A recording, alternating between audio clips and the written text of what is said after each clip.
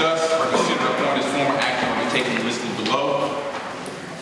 We go ahead and call to order the special session in the cafeteria 0.41 Shannon Prairie 0.75068 at 6:15.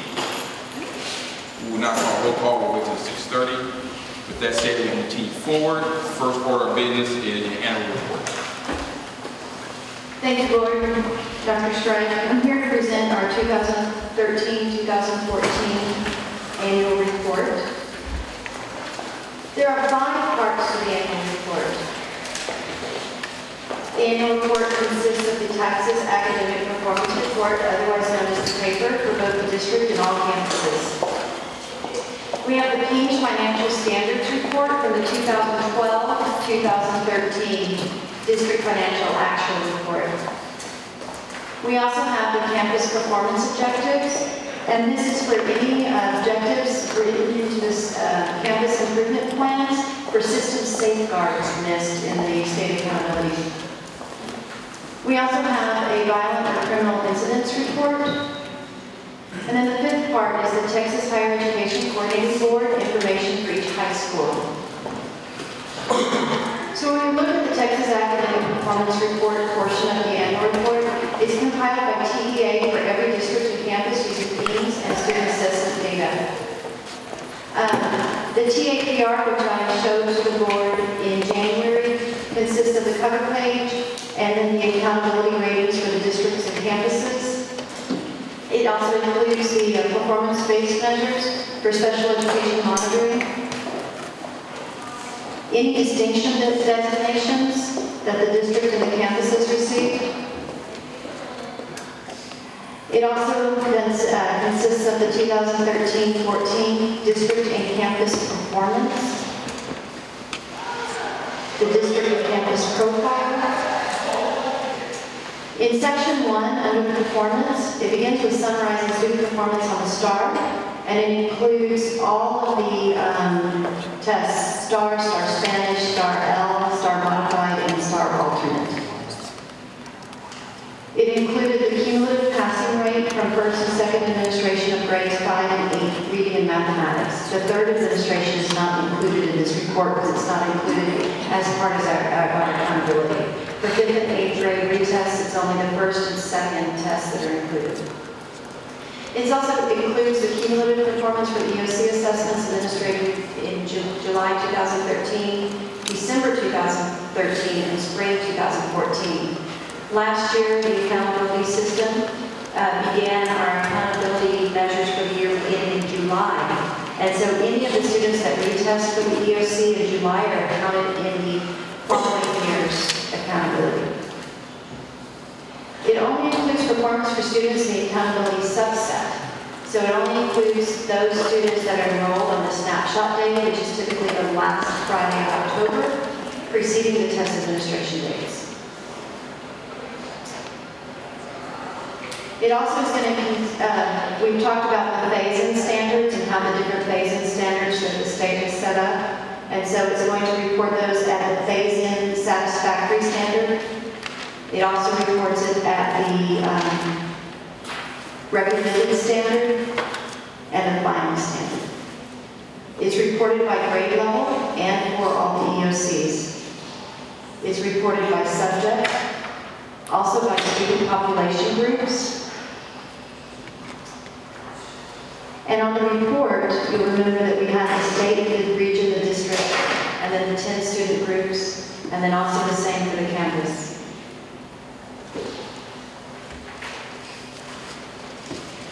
In our district, we report for African American, Hispanic, White, American Indian, Asian.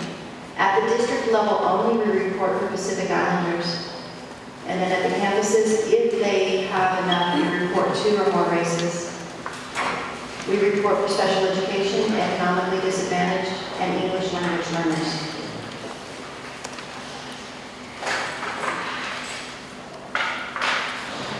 In 2013 and 2014, it was reported for English 1 and English 2, and then in 2014, remember, it was consolidated into one assessment. Okay? So we have the reading and the writing, and then it was consolidated into what's now called English 1 and English 2. So they used an algorithm to combine those scores. Okay? And that is really important to the July retest that we had in 2013, 2014. That's the ones that were counted in this previous year. U.S. history, it was the preliminary, it was the first assessment. And so there is no reporting for previous years, so we won't be able to look at how they did prior to that because it was the first administration. This is the second year that we'll be giving U.S. history, so we'll be having the data from that.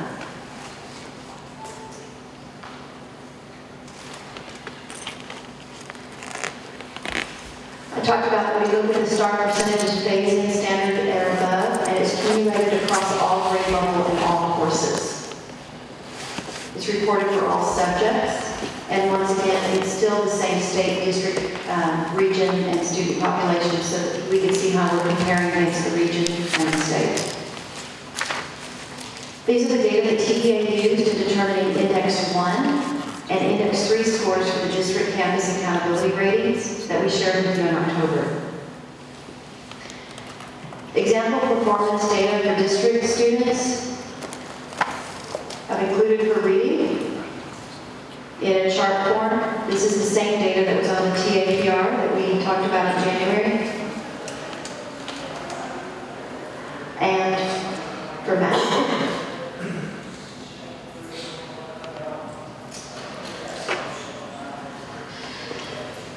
In section 1 of the taper, we also looked at STAR percent post-secondary readiness standards. This was new in 2014. And it's the first time that it was reported, and this is students that scored at level 3. I'm sorry, level 2 final recommended standard. And it's accumulated across the grade levels and EOCs. In the taper, it also looks at this for 2 or more subjects. So not only are we looking at the students who scored final recommended level 2, but if they took 2 or more subjects, how many of those did they score in, and then it's included in this one.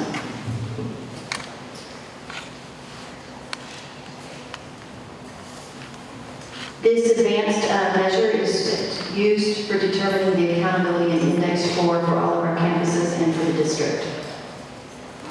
When we look at the elementaries for Index 4, this is the only area that's used for Index 4. For the high school, they bring the graduation rate and the SAT participation, AP participation, and the results of those as well.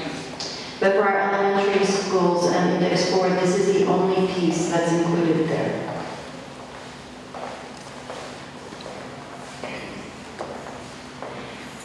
And then the advanced standard is the STAR level 3.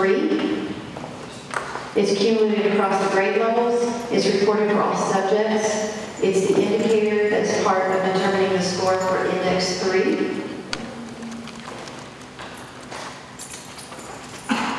And then we also have the percent met or exceeded progress. And remember when we talked about exceeded progress, this was new in the state accountability, and this is everything that is for Index 2. So a student can actually fail the STAR test, but can get a point here for Index 2 because they met progress, and they get 2 points because they exceeded progress. And so this is that section of the taper that talks about met or exceeded progress.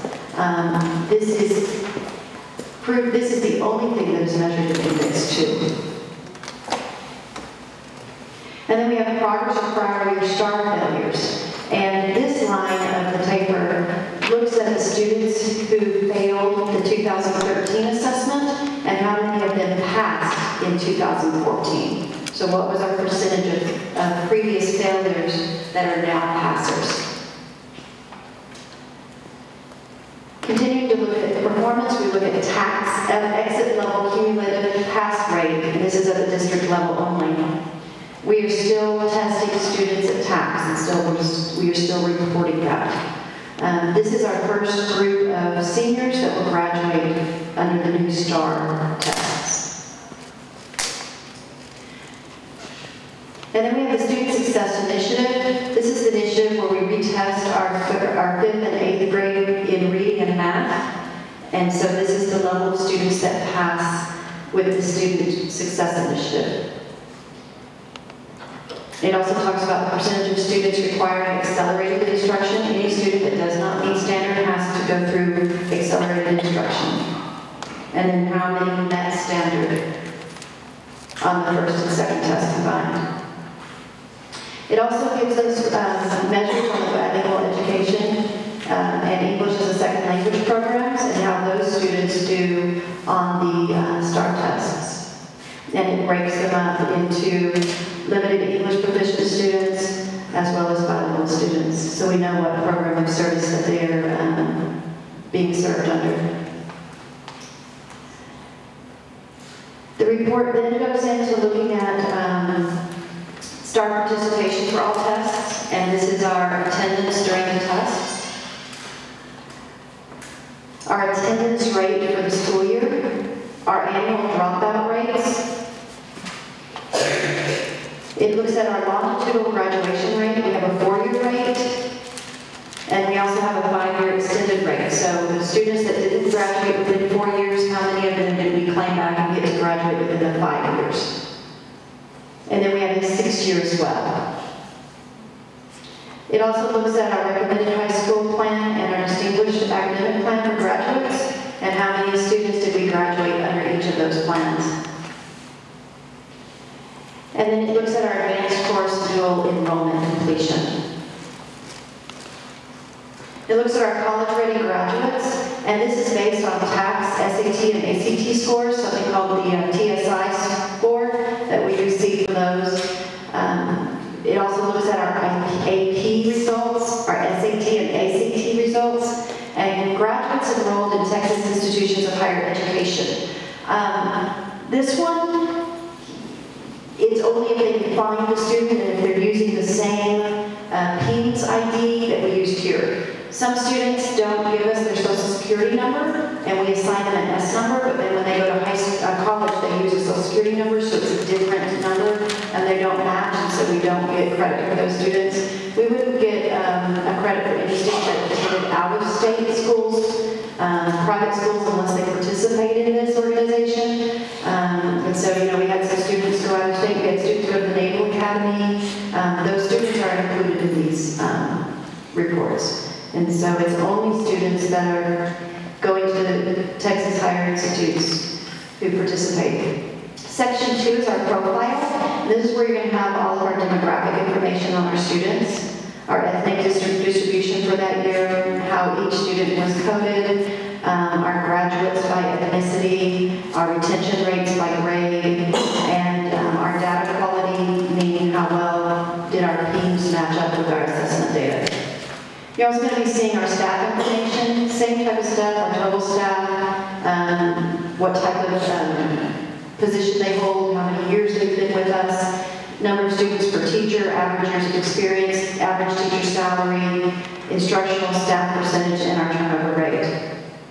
Also included in our profile is program information based on PINS. So this is going to be our bilingual ESL, career and technical education, gifted and talented program, and special education programs. It's going to have how many teachers we have by those programs. And then we get to our financial standards report. And this is our 2012-2013, not 2013-14, because that audit just occurred. And it's our actual financial data based on our receipts, our fund balance, our disbursements, program expenditures, tax rates, our 2011 tax year state certified property value. It also includes our campus performance objectives, which you will see later on today because you will actually take action on these. And we set those performance objectives based on the citizen safeguards listed during Index 1. Our campus improvement plans have been posted since late October, early November, as well as our district improvement plan. And so all of our campus performance objectives have been on there.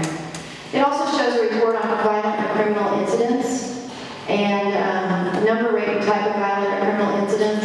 The actual report that's in this year's annual report shows 0% at every campus. Those are only certain incidents that are deemed criminal or violent that we have to report to the state. And so when we report those, the state reports reports back that we have. We have a report of student enrollment and academic performance. And that's what's compiled by the Texas Higher Education Coordinating Board. And students' performance is measured by the grade point average earned by the 2011-2012 high school graduates who attended a public Texas university. So they take those students and see how they are performing by grade point average. So that is in your annual report. Part of the annual report that I've included online is a taper glossary, and it is already posted on the district website as well as in your board book. It's about 200 pages. And so it is now on the district website, and it is available for everyone. And the paper copies of the district annual report are also available at the district central administration office, and the campuses can print off that for anyone that needs it as well. Are there any questions?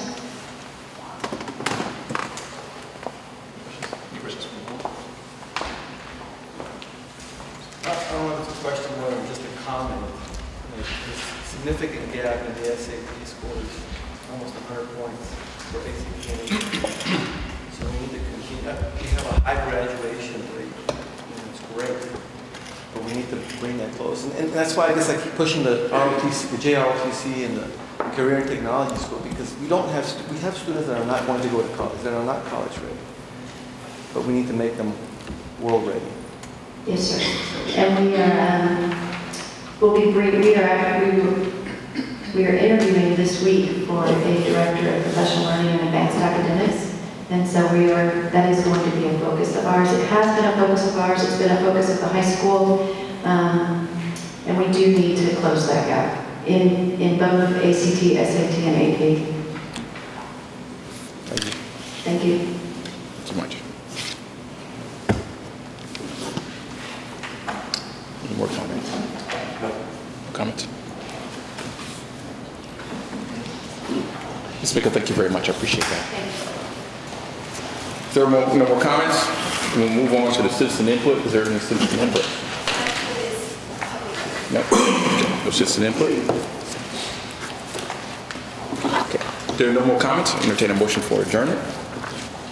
So moved. So moved. Second. All in favor of moving for adjournment? Opposed? Special meeting is closed at 6:33. At this time, we'll move on to the regular workshop meeting of the Little Elm Board of Trustees.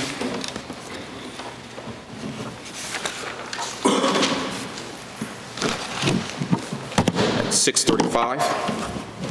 Good evening. The board now convenes the workshop meeting of the Little Elm Board of Trustees in open session on Wednesday, February 9th, 2015 at 6:30 at Oak Point Elementary.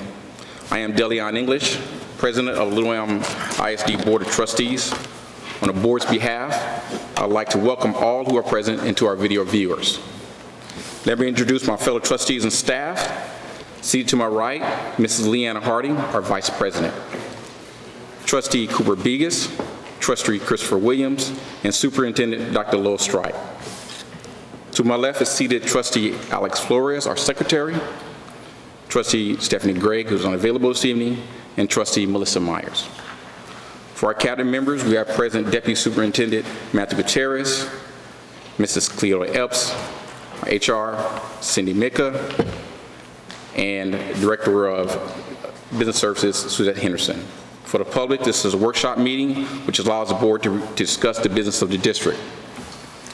For the citizens input portion of our agenda, the board has made available public comment cards that are accepted at or before the regular meeting.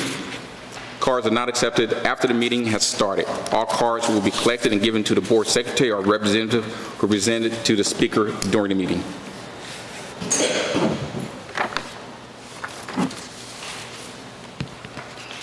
As we call order, roll call, please. Dr. Lois Stripe. Here. Mr. Christopher Williams. Here. Mr. Cooper Begas. Here. Ms. Leanna Harding. Here. Mr. Delion English. Here. Mr. Alejandro Flores. Here. Ms. Melissa Myers. Here. And not here, Ms. Stephanie Gray. Thank you. Will you please join me in the Pledge of Allegiance?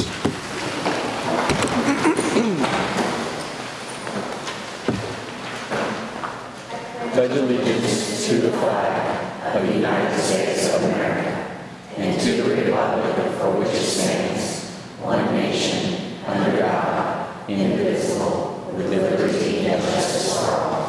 Texas Pledge. Honor the Texas flag. I pledge allegiance to thee, Texas, one state, under God, one and indivisible.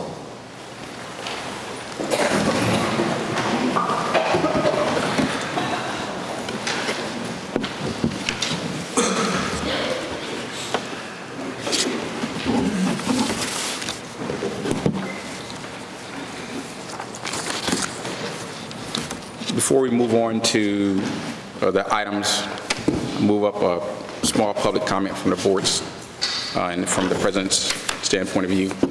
This evening, we were alerted that a child in our community was accidentally hit by a car here recently this evening, and that child is in serious condition. And we would like to just put out to the community, please, if you would have that child in your prayers, would appreciate that. All right. Citizen input for the regular meeting? Any citizen input for regular meeting? No citizen input in place. Next order of business, approval of minutes. Discuss and approve regular minute meetings of the January 21st, 2015. And just want to make the word that there was a correction in the minutes. Okay. Ms. Leanna Martin. Okay. Thank you. Yeah, I'll move to approve the minutes with the corrections. a second. There's a motion. There's a second. Is there any discussion? All those in favor say aye or raise your hand. And opposed? Motion carries. Next order of business, Superintendent Spotlight. Well, it's my privilege to introduce our new Director of Communication Service and Community Relations, Ms. Patricia Robbins. And if Pat, if you'd like to wave at everybody and come on up and say a couple words.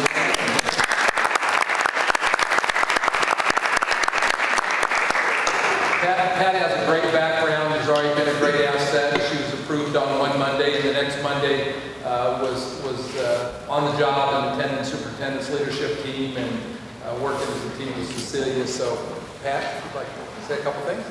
Sure. I just want to say thank you all for this opportunity. I have a long background in both corporate and nonprofit, and education has always been a passion of mine. I've worked with educators and schools in every role I've ever had. So for me, it's like coming home, and I really appreciate it. And I've got to tell you, the team here at Rollelm ISD is amazing. So it's an honor, and let me know if I can help you in any way. Thank you. Thank you. Thank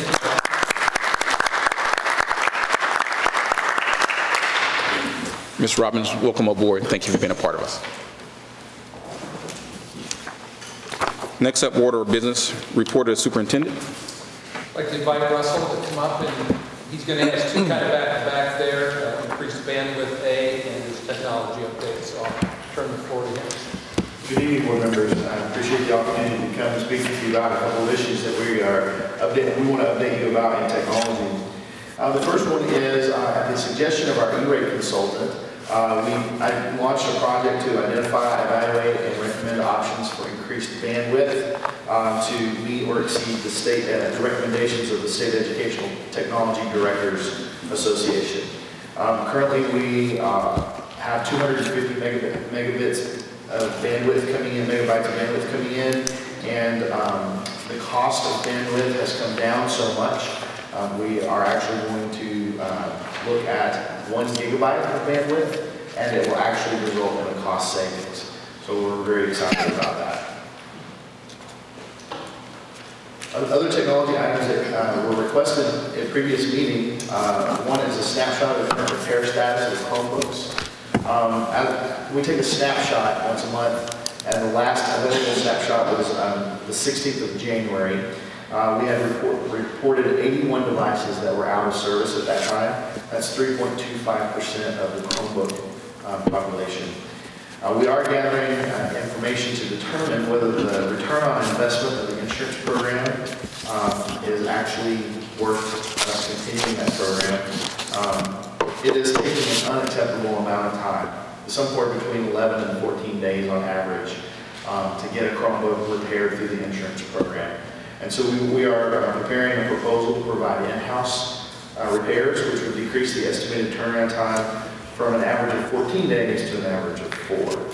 That would also result in instructional time savings and cost savings. We do believe that with one additional technical staff position, we could restructure the device repair process and provide those repairs in-house. And we will be requesting that additional staff person during our staffing request this year. We looked at digital learning initiative sustainability, and we realized that there's not a great plan for that. And so we are preparing a sustainability plan for your review that includes a variety of options, including a Bring Your Own Device program. And finally, Ms. Myers, I requested that we survey the 4th and 5th grade students' parents on the digital learning initiative, and that survey will be prepared and ready to go out this week. Any questions? Well, you indicated the 81 devices as of the 16th Of January. January, correct? Is that an average? Is that what you're seeing on average? I know. It's roughly in that neighborhood. We've been up as high as 110 and as low as 60. And this is for Chromebooks only, not That's for Chromebooks only. The MacBooks it's minimal number of MacBooks that are out at any one time. And that's middle school and 4th and 5th. So Middle school, that's, yes, ma'am. So in terms of the turnaround to getting those devices fixed, it's significantly higher for my situation in my home. What are we doing with the insurance company to make sure they expedite some of these? Well, we're a bit hamstrung with the insurance process.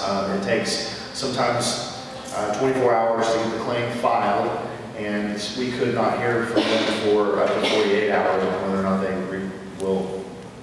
claim is valid. And then we have to wait on a box to come with the RMA, a return authorization. And then we have to wait on the repair depot, which could be, they claim 3 to 5 days, and we've seen a lot longer than that. The rule is that after 5 days, if they can't repair it, they're to replace it, which actually kicks off another whole time issue, because then when that check comes in, then when we know that the check's coming in, then we have to place an order for a Chromebook. Well, if we buy one, so you have to wait until we can have a bulk that we can order it at the correct price. And that's 10, so we're not looking at waiting for 100, we're waiting for 10. And then we have to wait 2 days for ship back, and then 1 day to get it out of our shipping department and back into the CTL's hands and back into the kids' hands. So would you say the insurance company is not meeting our expectations that we were? Absolutely not. So their service level agreement was 5 days on the return? I'm sorry? The service level agreement was 5 days? With the repair depot, not with the insurance company as a whole. Okay, so the repair depot is 5 days, and we're seeing much more time than that, right? That's correct. So what are we doing to hold them to their contractual obligations? Again, the repair depot service, after our service agreement is 5 days, but the process that it takes the insurance company to go through adds on to that, and the shipping time as well. Okay.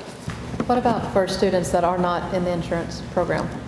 We repair those once the fee is paid.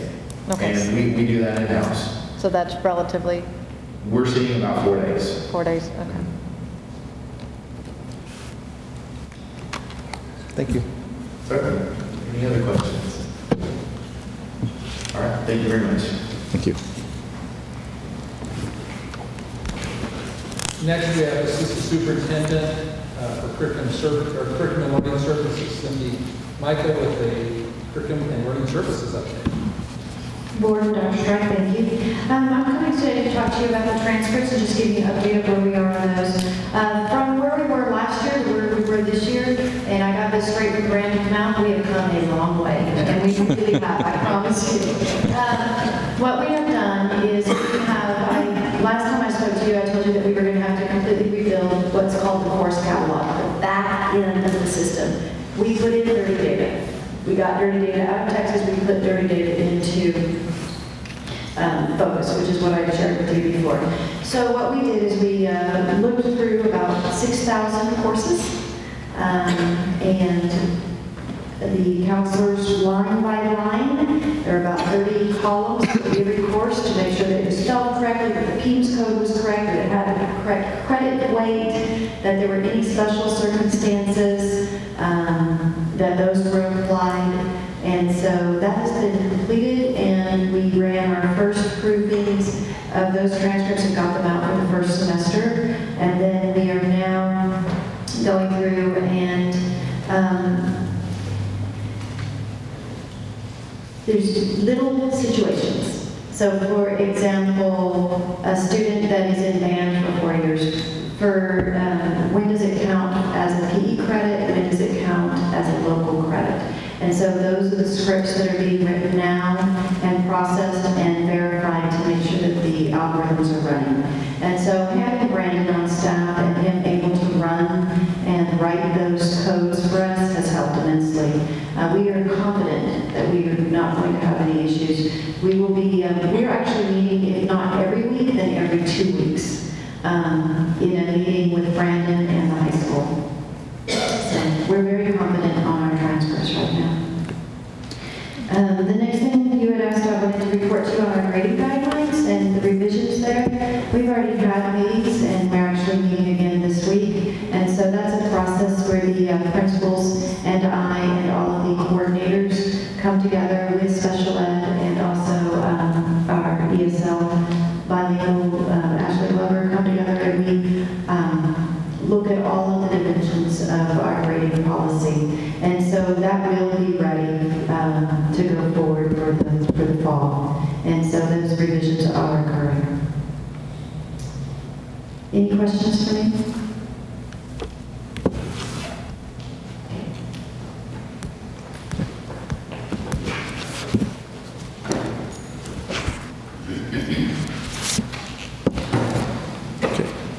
Dr. Streck, unless you have anything else? No, sir.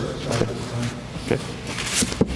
At this time, the board will recess into closed meeting in the conference room as permitted by the Texas Open Meeting Act, subchapter 551.074 and 551.071 at 6:50. 7:42. Board of Trustees, Superintendent Dr. Strike, the administration recommends approval of the individual that was discussed in the closed meeting for the position of the Chief Financial Officer.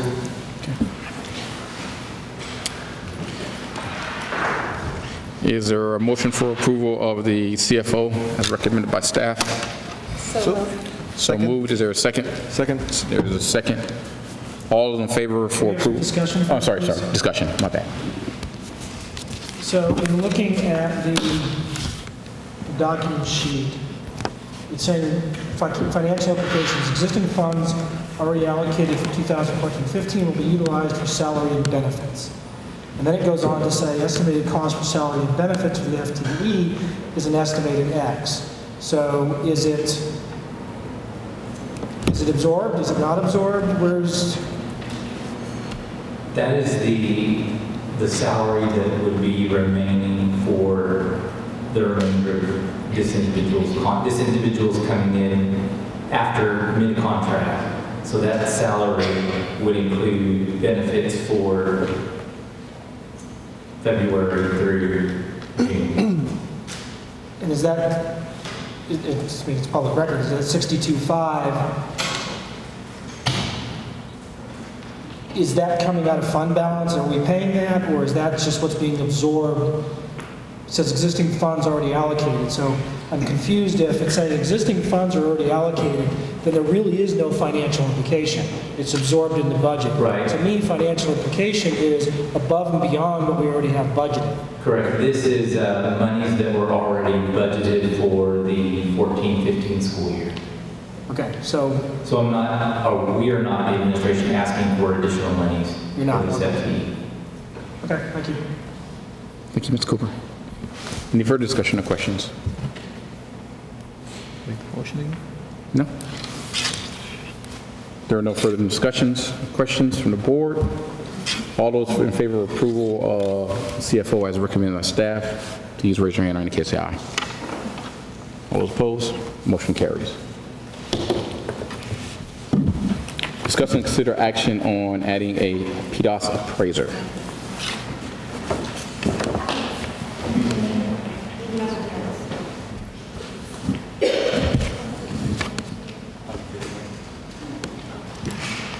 Ms. Epps, before you proceed, just as the public announcement of the name, the gentleman the board approved, Chief Financial Officer for Little Elm ISD is Mr. Grant Anderson. Thank you. Is he actually here this evening or? No. Okay. Good evening, Board and Dr. Strike. Coming forward to recommend the approval of Maria Mattis de Garcia as LAISD Professional Development Appraisal System, or PDOS appraiser. It's the addition of one appraiser from what we had put forward last fall.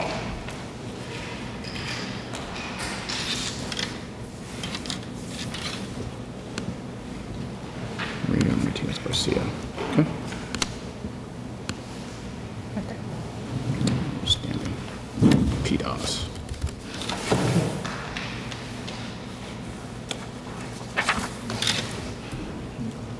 There's no further question on the board. Is there a motion for approval of the PDOS appraiser? So moved. So moved. Is there a second?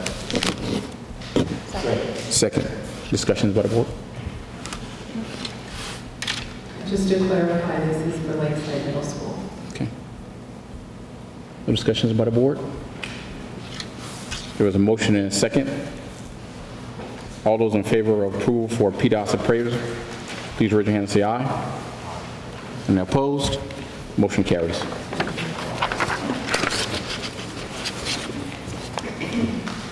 Discussion item, discuss bond refinancing, refunding. Janet?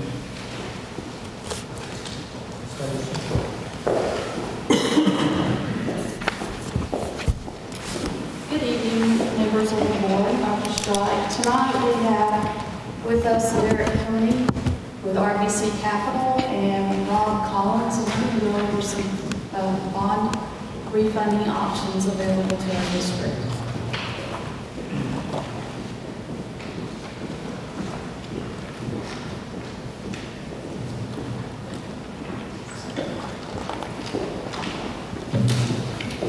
Good evening, Mr. President of the Board, Dr. Strike. It's good to be with you this evening. For those of you who haven't seen me before, again, my name is Derek Cooney with RBC Capital Markets. My firm has worked as the financial advisor to the district for about 20 years on its bond and debt matters. And you should have this presentation left in front of you if this was not included in your board book, so we brought a hard copy. And as Ms. Henderson mentioned, we just want to go through an opportunity with you to refinance a portion of the district's outstanding debt for what we feel is significant debt service savings. And so I'll go through this brief presentation if you'll allow me. In the first section here, under tab 1, we just have a history with the district. I know we haven't done a bond transaction since a few of the board members came on, so we wanted to give you a sense of our history with the firm and a little bit of history on the district's bond issuances. You can see here on page 5 under tab 1, RBC has served as financial advisor to the district on 17 bond transactions and several over the last few years. Most recently last year we did a $5 million refinancing. When I use the term refunding, that's our terminology for a refinancing in the bond world.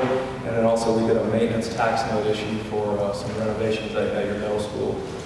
And At that time, early last year, we talked about you were going to have these other refunding candidates that were potentially going to produce some savings, and we had a preliminary plan to come back and refinance some of that debt in December of last year. I think due to some of the administrative changes, we got held up a few months, but we're here to talk to you about that tonight.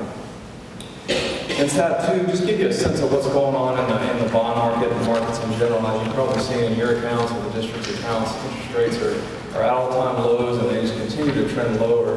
On page 8 here, we show you a couple of charts. The right chart here on the graph, municipal AAA MMB yield curve. And you can see the blue line is interest rates last year at this time over a 30-year amortization. And the red line is where they are today. So you can see as you go out 30 years on interest rates are about a point and a half lower than where they were last year, which is driving some interest cost savings on these refinancings. The following page, page 9, we just kind of narrow it down into municipal rates only. And you look at this little inset on the right of page 9. That's the shift in municipal interest rates over the last year since last January. And you can see a steady decline over the year, and that's really to the surprise to most economists and most bankers in our world. The thought was that rates were going to rise through the last year, and they did the exact opposite. And a lot of that has to do with the overall economy, what the Federal Reserve's doing, oil prices, they kind of all work together where rates hit an all-time low a couple of weeks ago, and then we just started to see some reversal this last week. Rates started to trend back up, so we think we may have hit the low last week, depending on what happens going forward. And then page 10, we just take a little more of a historical look at it. You can see there that this goes back to 1960. This is the municipal bond index, and you can see the yellow line is where we are today. So only 7% of the time going back to 1960 have interest rates been lower than where they are today. And then finally on page 11, we just highlight the permanent school fund guarantee for board members that have been part of the bond issuance process before, that the school districts are allowed the ability to sell debt on the state's credit rating, which is the highest rating available via the permanent school fund guarantee. And anytime we refinance bonds, we're able to use that if they were originally guaranteed with that enhancement. The next tab, I think the board is probably somewhat familiar with the district's outstanding debt, but we just highlight for you a summary and various characteristics of each bond series. On page 13 here, we highlight the series 2003, 2004, and 2006 bonds, are the bonds we're looking at refinancing that we think generate savings.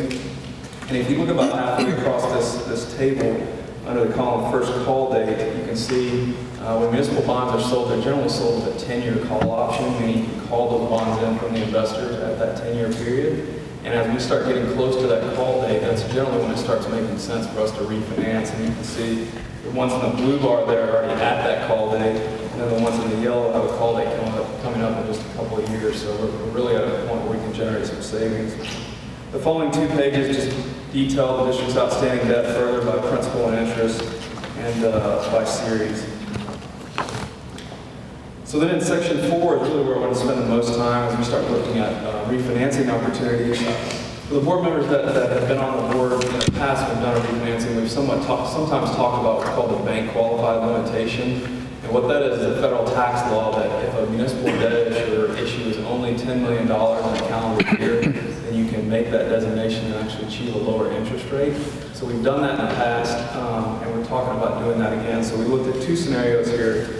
Really, there's about $22 million in bonds that we think have savings, so we kind of arrive at what's the most efficient way to capture that savings. So in scenario 1, we look at if you don't make that bank qualified designation, meaning you have plans to issue other debt within the calendar year, you want to save that designation, then that would be scenario 1. Scenario 2 is if you don't have any plans to issue any debt this calendar year, then you can go ahead and designate a portion of that debt that's called bank qualified up to $10 million, and you get a lower interest rate on that portion. And then we're also able to refinance the other $12 million on a non-bank qualified basis. We're not always able to do that, but in this case, these bonds qualify for a certain exemption to be able to do that. So that's really the deciding factor. Do you have any plans to issue another debt? And talking with your staff, we didn't think you did, so we would recommend scenario 2 as we look at these options. And then quickly on page 18, I'll just hit a few of the assumptions in our analysis. We've assumed current market rates as of about 10 days ago. Again, we qualify these bonds for the permanent school fund guarantee. The one thing to note on the difference in the 2 scenarios, if we do scenario 2, we actually have to do 2 separate bond sales. to meet federal tax law, and that's a bit unique, but it does generate more savings for us. We've conservatively estimated costs. We wouldn't extend any maturity of the old bonds. We're keeping the same amortization as the original bonds. The bonds, again, we sold a 10-year optional call date. The district does receive debt service assistance from the state at about 15% on the existing bonds. So that 15% of the savings we show here would accrue back to the state since they were originally planning to pay it.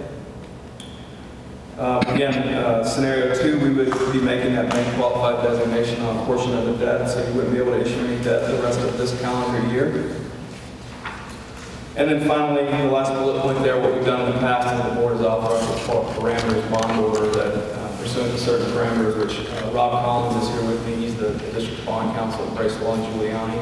And in just a minute, I'll let him talk about the parameters that we have suggested for you. So really, the following page, page 19, is really a snapshot of the projected results in the current market. And you can see here, scenario 1, we refinance about $21.8 million, which would generate gross savings to the district of about $4.4 million. That equates to $200,000 a year, and on a present value basis, that's $3.4 million, roughly. And if you remember in the past, we look at this present value savings percentage in the blue bar. And generally when that gets over 5% or so is when we really look at doing one of these refinancings. And you can see this one at over 15% is very attractive. And then scenario 2 is where we do the 2 combined sales, one bank qualified, one not. And that's where we're able to generate additional savings with that lower interest rate on a portion of it. We generate about $300,000 more in present value savings. The percentage goes up to almost 18%. So very attractive savings levels there. And then on the following page, we just show what that looks like on an annual basis. Scenario 1 will be about $200,000 a year, and then scenario 2 is about $220,000 a year. So significant savings on the district's IMS side. Any questions on the analysis there before I hit one last thing? Okay, so finally then in tab 5 we show just what a timeline would look like if the board was to approve us moving forward next Monday. We would start working on the documents for the transaction, apply for the permanent school fund guarantee, credit ratings, all the things we need to get the process started. We would actually be in a position to lock in the interest rate in early March on the first sale, and then 2 weeks later do the second sale with hopes of closing both transactions by the end of April and having everything finalized. And then I might turn it over to Rob just to go through a parameters order, which is what you have in front of you. One other document you have in the last section, just a handout of this book, is my firm's municipal advisory agreement, which is our agreement with the district to provide advisory services on these transactions. And this is virtually the same agreement we've always had, the same fee schedule that we've actually had since 1995 when we commenced work as the district's advisor. So I might turn it over to Rob just to go through the parameters order and the parameters that we've suggested. Thank you, Derek. Rob Collins with Bracewell and Giuliani, and I've had the privilege to be bond counsel for the district since I think 2000, somewhere around 99 to 2000. And in your board packet, I think you have a draft, what we call a parameter bond order. And that is designed to carry out what Derek talked about, which is the board sets specific parameters pursuant to which, if those targets are met, then the authorized representatives that you designate can approve the sale of the bonds without coming back to you at a formal board meeting. Currently, we have Dr. Strike and the President of the Board of Trustees as authorized representatives. Either one can sign the pricing certificate to authorize the sale of bonds. Obviously, you hired a CFO tonight. We could also have Dr. Strike or the CFO if that's your desire. And the way the parameters are set up in our bond order in section 7.01, and the most important would be the bonds cannot be issued unless there is a net present value debt service savings of at least 10% on each of the series of refunded bonds. Obviously, that is a figure that can be set at whatever level the board desires. But that was a recommendation significant savings for the district, and you can realize that's a target. It also specifically prohibits extending out the maturity of any debt. So any debt that you're refunding cannot be extended. We're looking at debt service savings in each of the years for all the series of bonds that are going to be refunded. And it authorizes 2 series of bonds, and really that is just a derivative of federal tax law. And we're trying to take advantage of doing a current refunding, which means we can pay off the bonds we're refunding in full in less than 90 days from the time we close the bond issue. And by doing that, a portion of it can be deemed bank qualified or qualified tax obligation, which means the banks get a benefit that buy those, and so your savings are greater on that series. We do it and split it by 15 days. It also authorizes the district staff to prepare an official statement, which is the document that goes out to the market that tells the finances of the district and the unlimited tax rate of the district being pledged to the bonds and the PSF guarantee. And with that, and also it specifically identifies, as Derek noted, the 2003, 2004, and 2006 series of the district's bonds as those that are eligible to be refunded. So with those parameters, if they're met, then the authorized officers could execute on your behalf the sale of the bonds to recognize the savings. And I'd be happy to answer any questions you might have on the legal issues, or hand it back over to Derek to talk about any of the financial schedules. Got more of a question, I guess more for Dr. Strike, something that I would like to know, especially if we're trying to look at this for next Monday. Dr. Strike, I would really like to know what the implications of scenario 1 and scenario 2 would be for 4 or 5 year strategy. I know you guys have not had a whole lot of time to go over that, but potentially what kind of impact either one of these scenarios would have, what it would limit us, or if there would be any limits to doing these refinancing. Derek may be able to answer. I would not see, it's a cost savings benefit. There's not an expense side that would tie our hands in any manner because it's already debt that we have. So the not being able to issue any more bonds, would that, am I understanding that's that? the difference between 1 and 2. Yeah, so that's what I'm asking. For this year, How does the TRE the same as issuing bonds? How would this affect the TRE between scenario 1 and scenario 2? Yes, no, sir. The TRE would not be affected. If the district were to call TRE, it would not be affected by any of the actions taken here. And by the savings can be realized in the manner that Derek has shown in the numbers. It actually reduces your debt service. And so from a state 50-cent bond test, which is what you have to show the ability to issue new bonds if you want to in the future, it gives you additional capacity because it lowers your current debt.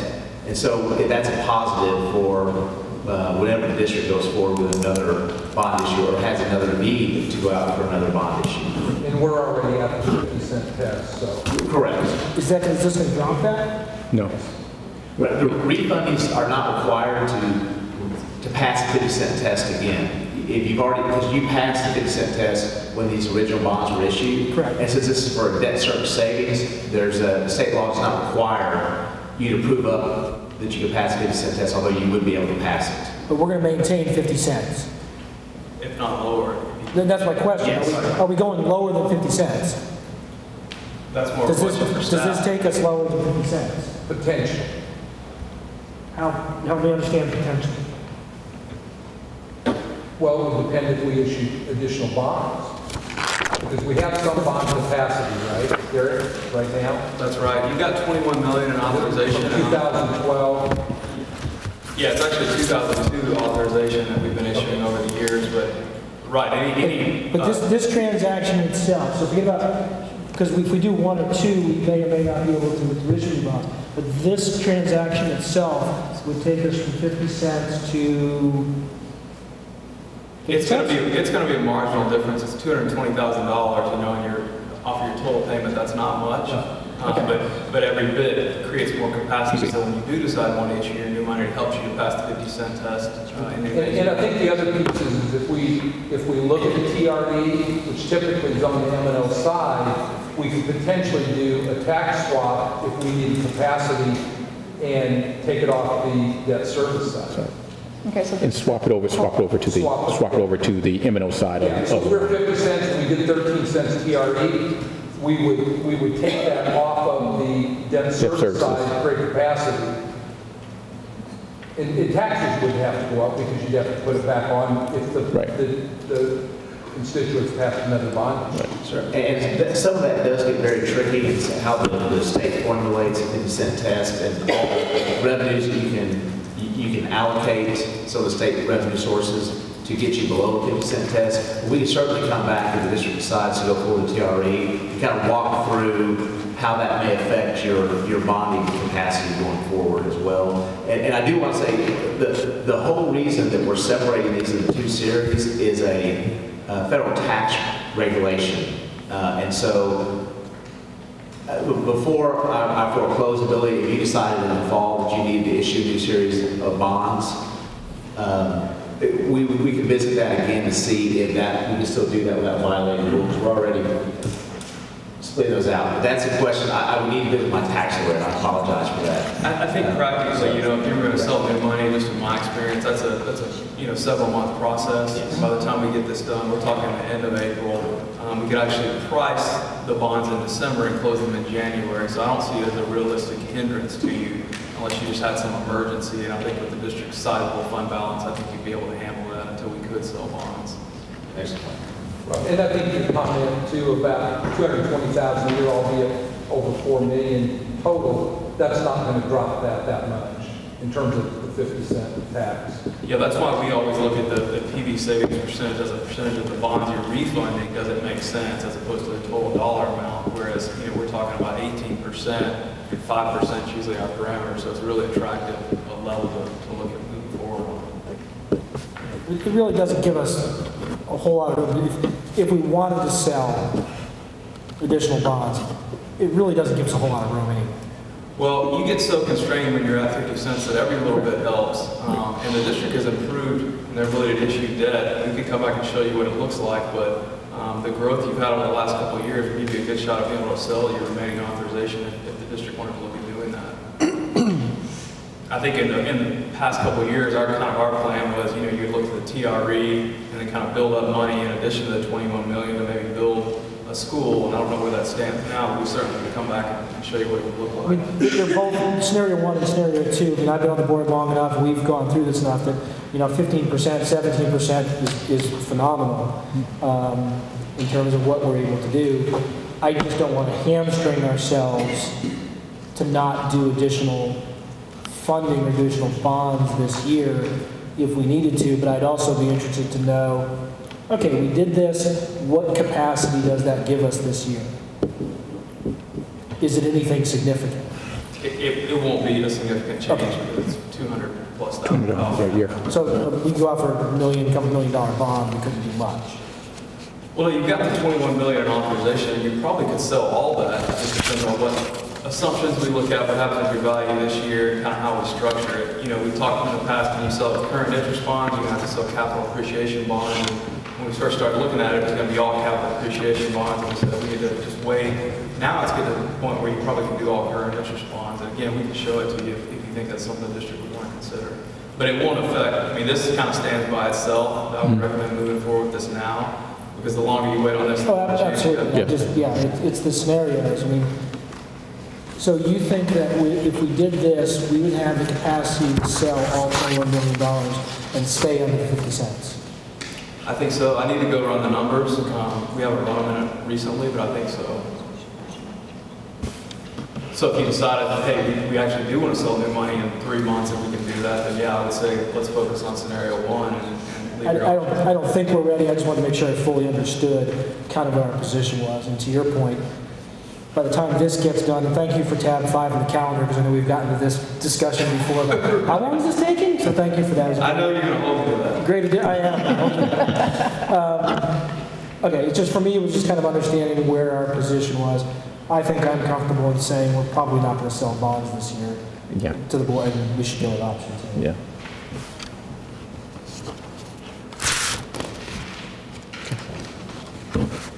Any more questions by the board?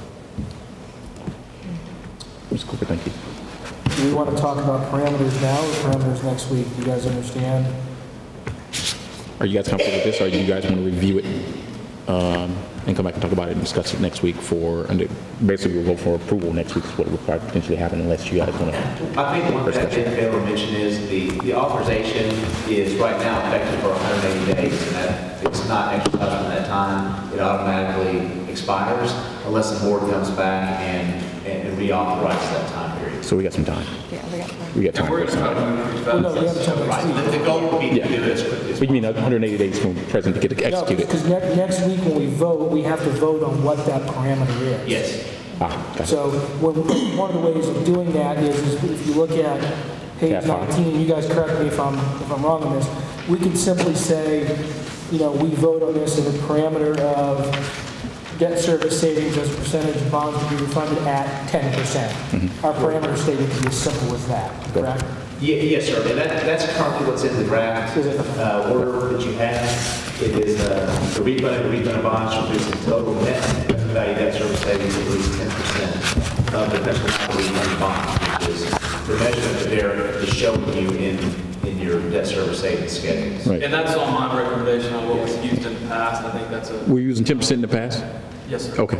And what they should get for us, and this is for the board, well, they should get us 15, 17%, but between now and April when it sells, market could go up, the market could go down, so they're not guaranteeing us what's here. We're just simply saying that if by the time it gets sold, It has to be a minimum. the market tanks and they can't get us 10%, Then it's off. deal's off. Right. And they'll wait that 180 days to see if that 10% comes up. But we're still deciding between scenario 1 and And scenario 2. Still kind of deciding between Right. ourselves and scenario 1, scenario 2. Correct.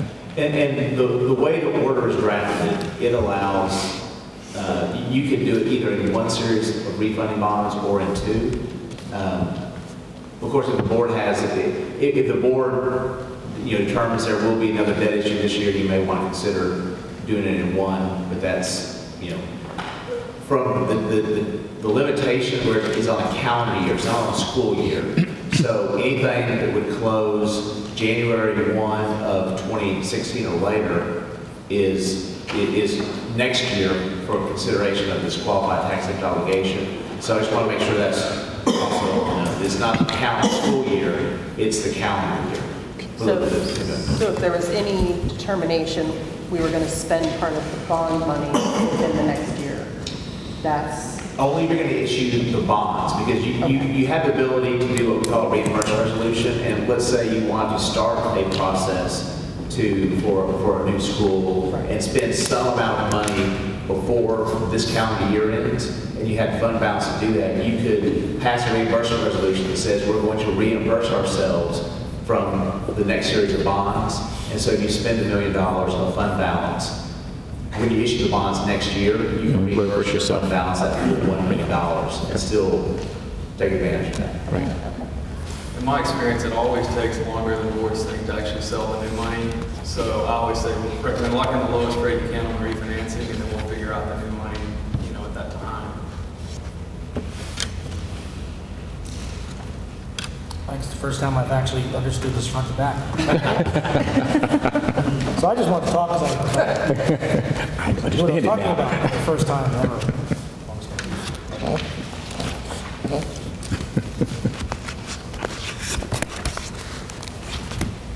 All right. Yeah. It's not getting. Thank you. Thank you very much. Appreciate that. Yeah. Yeah, you don't even know. All right. Next week we'll have that discussion for approval. Is there any other discussion from the board? Yeah. All right. Well, that one maybe straight out, I would like to get what our cost would be for their services on each scenario. Ms. Director, Superintendent. I will get you. Okay, yeah, this is the first one on that. All right. Next item up. Discuss personnel sheet. The administration will be recommending the approval of the monthly personnel sheet, which will be brought to you in a paper document at the upcoming board meeting, the 16th.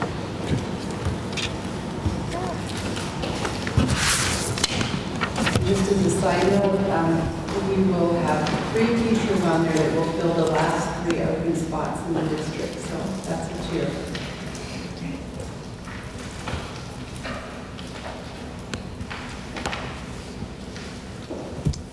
Okay.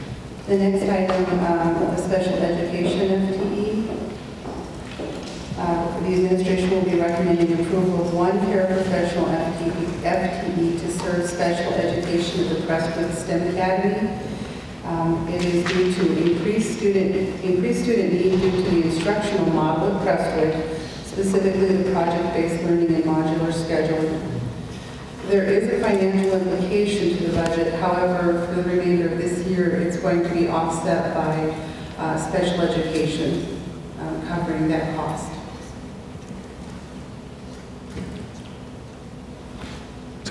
What do you mean by it's covered? They're going to use their budget money, so it's not asking for additional money. It's special education that already has budget money will be spent on this position for the remainder of the year. So what is the impact to the special education fund if they're using some of their budgetary money? Is there additional impacts to the program? My understanding is that it's federal money, so I'm not sure that is that correct? What is the money? It's federal money. It's federal money? Yeah. Yes, sir. Okay, so it's federal money from the program Yes, sir. that is positioned for this type of situation where we have additional FTTs to offset? Okay, $8,000 to $11,000 for the remainder of the year. Okay. Okay. So there really is no, when I think of budget, I think of our overall budget. So there really is no impact to the budget. There really is no true impact Due to the cost offset? due to the offset, correct. But next year it would. But next year would. it would, yes, sir. We'll have to try that. You come We'll back have for to come approval? back, Okay. yes. Maybe in April discussion. Middle note. Okay. All right. Any further discussions from the board on items B and C? No? Okay. Item D, discuss campus performance objectives. These are the campus performance objectives that we talked about in the public hearing earlier. These are the objectives in the campus and district improvement plans that specifically address the system safeguards that we met in Index 1.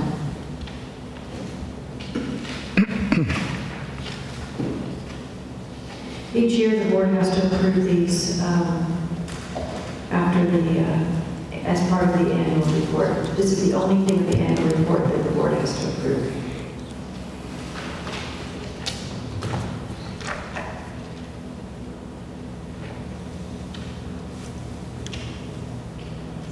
Is there some reference to what the goal is and what the objective is? So as I read through this, it's saying goal 1. What is goal 1? Objective 1. It's the academic achievement. It's our district goal. Can you look at that wording, please? The wording for goal 1. It's our board goal for goal 1. Look it up.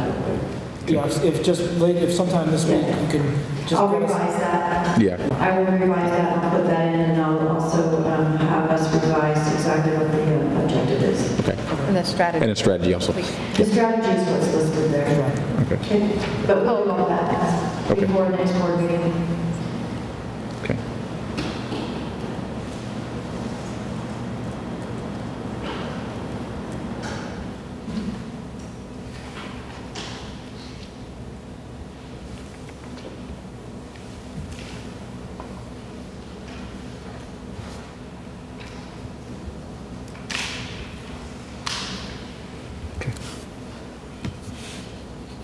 Any further discussion from the board? No? Okay. Thank you, Ms. Mitchell. Moving on to item E, discuss financial reports.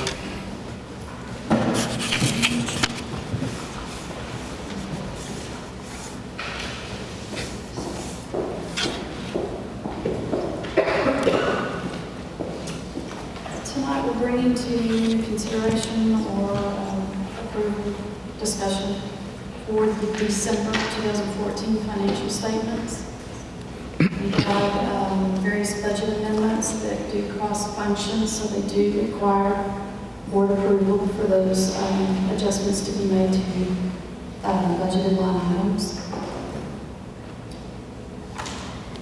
The construction reports are attached as well for your consideration.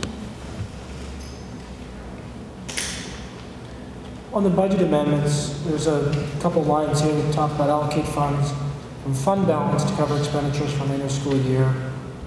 $126,000, almost $127,000. Can you provide us specifically what makes up that $126,000?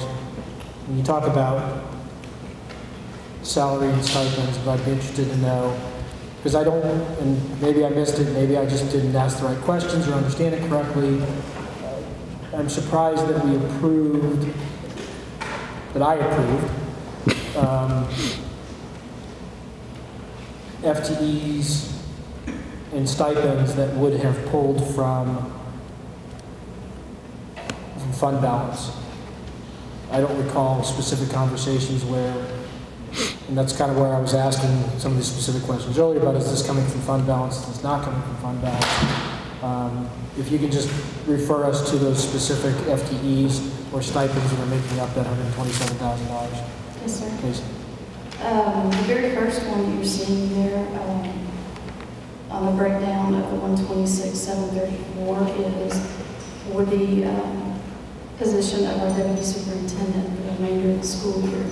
That was not budgeted dollars, and therefore it did have a financial impact to our current budget.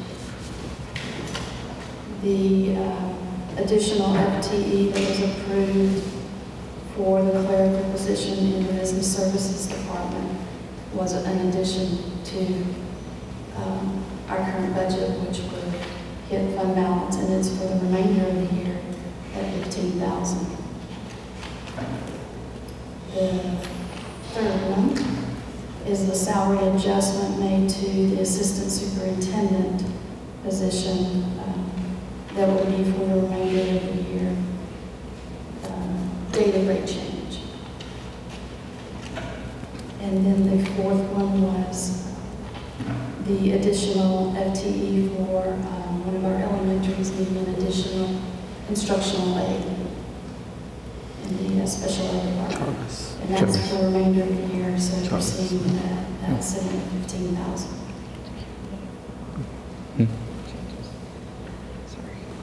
Speaking on.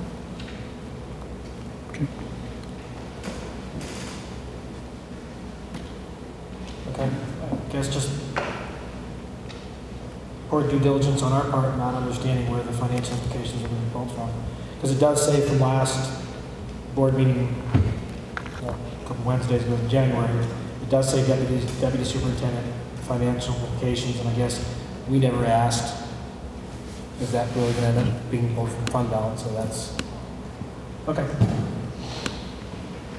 We'll ask next time.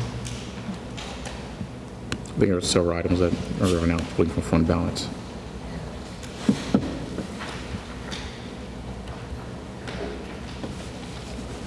So we had 4 FTEs that are now pulling, 4 FTEs are associated with 4 FTEs that are potentially pulling from fund balance. A portion of the salaries. Actually, a portion of all 4 of those salaries. Yes. Okay, so just a portion of the salaries. Yes, it's not the full amount. It's just for the remainder of the year that we're asking. Okay. For this budget amendment.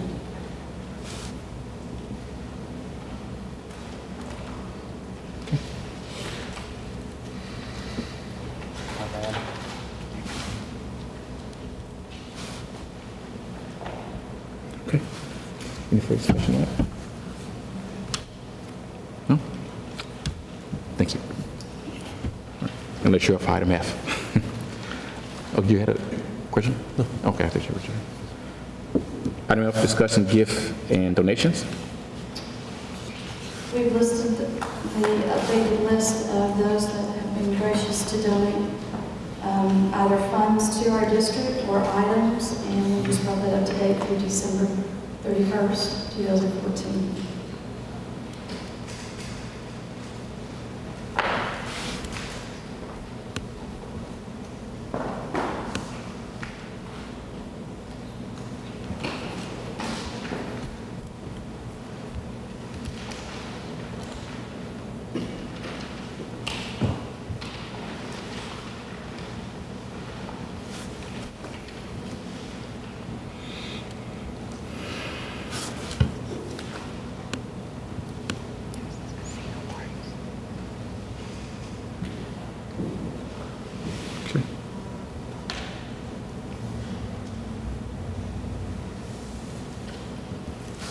All right. Any discussion further on that? No? All right. G, discuss vendors. We're bringing tonight an additional 12 vendors to add to our local vendor list. Sorry. Texas casino parties? How come I wasn't invited? I guess we're not doing business with them yet, so we're expecting an invitation. Texas casino parties? Does anybody know? The only thing I can think of, and I am going out on a limb, is it could be like party favors for rewards, but I do not have that information readily available. I would like to know that one. I'd like to know that So one. would it be for know that one. Unless I'm invited, then it's okay.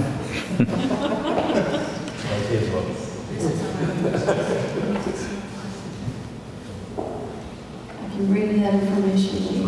I'd appreciate that, please. Email from Dr. Stryker. Yeah. Yeah, that's fine. It sounds a little suspect, doesn't it? It's a little suspect, doesn't it?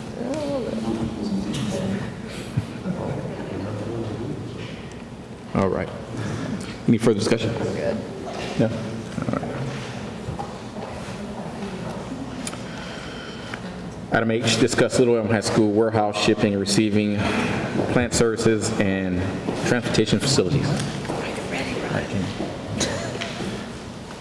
Let's get ready to rumble. Yeah, there we go.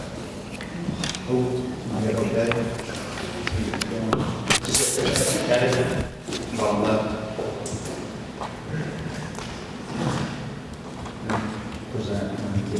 Mr. Reeves, I've had an opportunity to warm up, so if you want to warm up,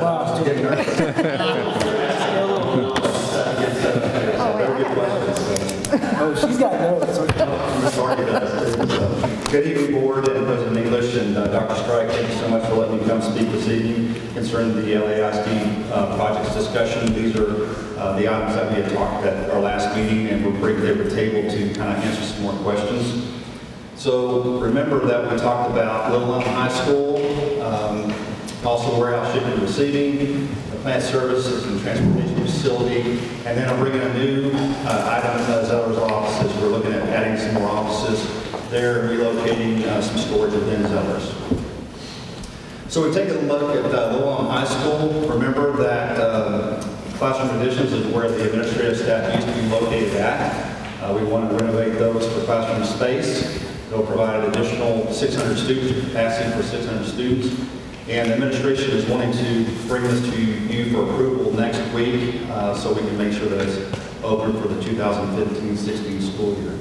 The other two I have a little more detailed in the next couple of slides. We're looking at the trade and industry lab. We talked about that as a welding area and also the improvements to Little Elm High School.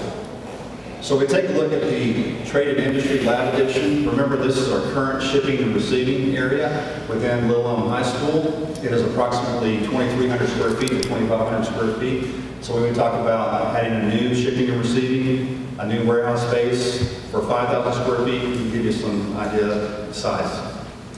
We also, as this is in response to House Bill 5, we talked about different pathways to graduation. I think Mr. Flores talked about different things for a CAPE Center and things of that nature. And also remember that this triggers us to do something with the shipping and receiving, and we will provide some different options for the board. If we look at improvements to Little High School, we want to try to enlarge the lobby area. Currently, it's right here. It's kind of hard to see, but we want to push that doorway kind of out to create an area for 2 windows. There's some wind bracing there we're going to take a look at to see if we can add another window for the reception area. But we're looking at trying to just provide more area for our constituents, more storage space, and also to repair on the exterior, the parking lot where the band practices. Currently, there's some concrete that is lower and kind of floods, and so some of the students have to walk through the water. So we want to try to address that. We've broken down that aspect in your packet, those costs. Zeller's offices, we want to create 4 more offices. We want to relocate some storage in that area, so we'll be bringing a cost to you for that in the next couple of slides. So let's take a look at the project cost. The classroom renovations is going to be $373,808. And you should have a breakdown within your packet. I think Ms. Harding talked about the furniture allowance, how was that spent, and we've provided that in your packet material as well. The trade and industry lab, we're looking at an additional $179,492. And the improvements to Little High School of $91,750. We're going to ask you to move forward on these projects at our next meeting. At least to consider moving forward on those. Let's talk about warehouse shipping and receiving project. We provided some different options. Remember, where that trade and industry lab is going is where our current shipping and receiving is. So we don't have a place for it. So what do? Option 1 is provide a lease. We can go out on this lease and say, I'm not really, I'm nervous about this project, and I want to wait a little bit. We could lease space, and it's around $3,000 a month for 3,000 square feet. So we could get by. Remember, it's $2,500 for our current shipping and receiving. So they range from $2,200 to $2,800 a month. They range from a couple of places that are centrally located within the district that we could lease. That would provide more time for the board to consider things. Option 2 is we could add a facility at our current plant services facility. The next slide we'll talk about plant services. Remember, that was over budget by $1 million. So we'd have to say $1 million plus $700,000 if we want to add it at our plant services building. What does that do if we add it there?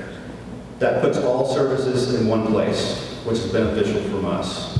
We have all our staff there together, the ones that receive the material, and also the staff that has to take it to the different campuses. So there is a benefit for us to locate it in one location, but there is a cost implication. Option 3 is to build it on another site, which is about this site would be a place that the district, a land that the district already owns. So let's say you want to put it somewhere else that we don't own, you would have to add on money. That's 1.2 million, a little over close to 1.3 million for that. For 5,000 square feet. Plant services project costs. Remember, this project we bid twice. First time we were over budget by $1 million. So we cut the square footage, we cut the type of building to a metal building, rebid it, still $1 million over budget. Because construction costs rose in that time frame. So let's say, Rob, we want to move forward with the bids we've already received. We would need an additional $1 million to be able to complete that project. Remember, the board has already allocated $2.25 million for that project. So we were requesting $1 million more. Option 2 is that, remember we said that shipping and receiving, let's take that, let's add that to the plant services. We'd be requesting $1.7 million to do that. And option 3, which is, I know, Mr. Biggins, you love this number, 0, is we could stay there, okay? Now, oftentimes people ask, is this a want or is this a need for this plant services building? We know that as plant services, that educational facilities always come first. So we are able to be wherever we need to be. But if you look at our current facilities, they are outdated. And we have lack of space.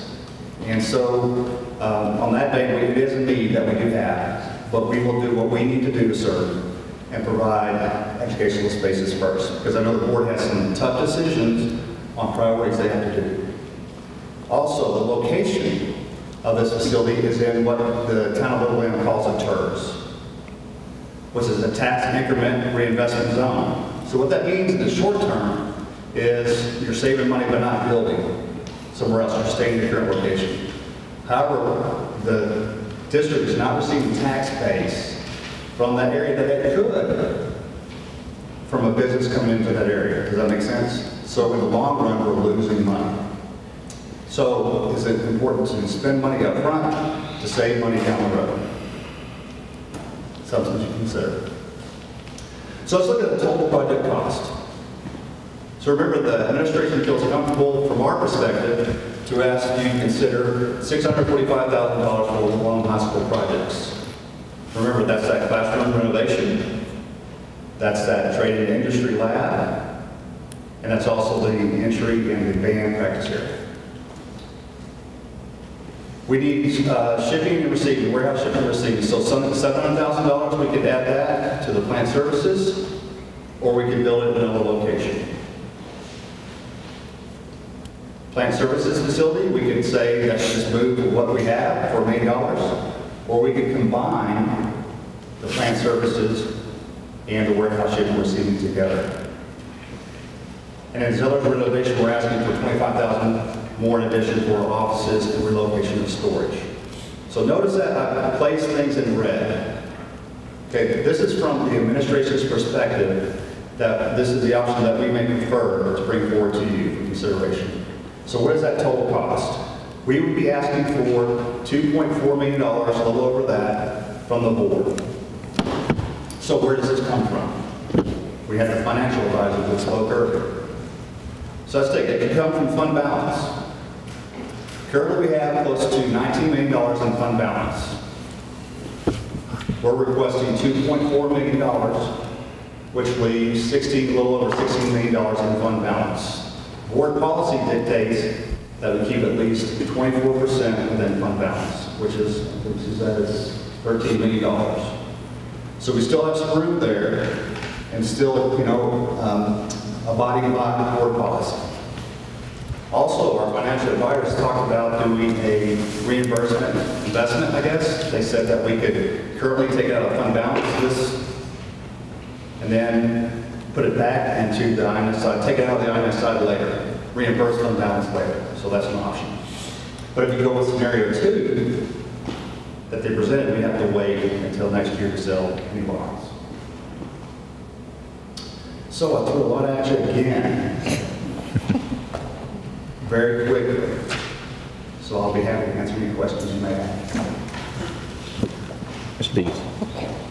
I'm letting her go. I've got a crazy idea. I'm not sure I want to. Well, you actually answered quite a few of my questions, so I won't bog you down too much. Thank you very much. One of my questions would really be on our current facility. I know you stated that it's small and it's definitely outdated. So if we stay in our current facility, it's not his favorite number anymore because there's actually a cost, because I know we've got to have renovations. And just from what I've witnessed, I would highly recommend pavement, more pavement than what we have. So if we were to truly, and I know you said we were losing money in the long run, so this is, my question may be a moot, but what do we truly need at the current facility that we don't have that would necessitate the new building?